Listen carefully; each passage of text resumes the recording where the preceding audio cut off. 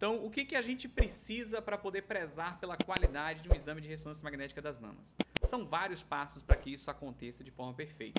Então, eu vou trazer aqui para vocês uma parte, né, dessa sequência de passos lógicos que são importantes para a gente conseguir um exame de tamanha qualidade.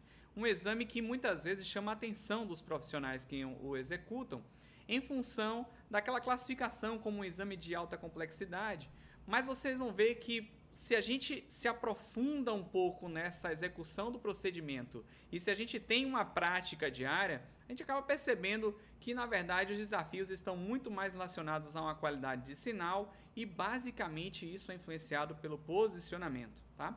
Então, a nossa primeira expectativa é da gente prezar pela qualidade de sinal, tá?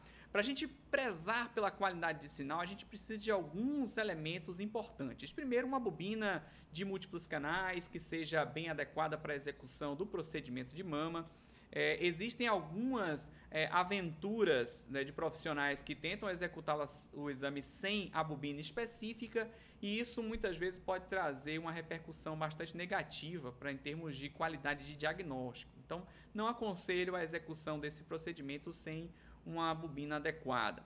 Outra coisa extremamente importante é a gente trabalhar em cima de um protocolo que seja ágil. O posicionamento para o exame de mama não é um posicionamento confortável para esses pacientes e, portanto, é importante que a gente tenha um protocolo que seja eficiente, que seja bastante otimizado para você conseguir fazer a aquisição da imagem com as informações que realmente interessam para aquele diagnóstico.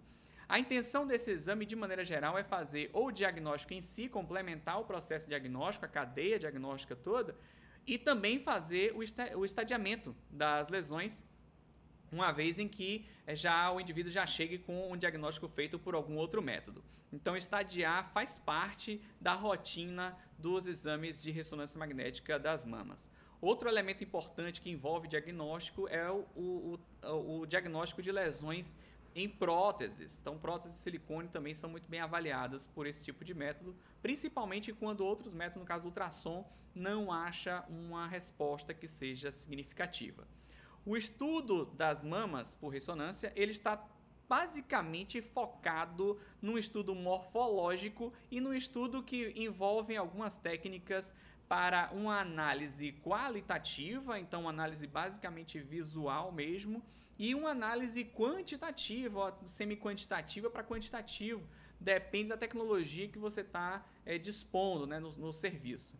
Então, essa análise qualitativa é uma análise basicamente visual e que tem um aspecto voltado para a questão morfológica e a gente tem também o aspecto quantitativo. E a gente consegue isso com os estudos dinâmicos, com as análises de estudo dinâmico de impregnação de contraste, as curvas de contraste, os graus de restrição de mobilidade de moléculas de água no caso da difusão.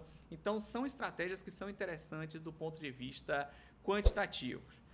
Para a gente conseguir tudo isso, a gente precisa ter um exame de qualidade, tá? E esse é um ponto extremamente importante para a gente.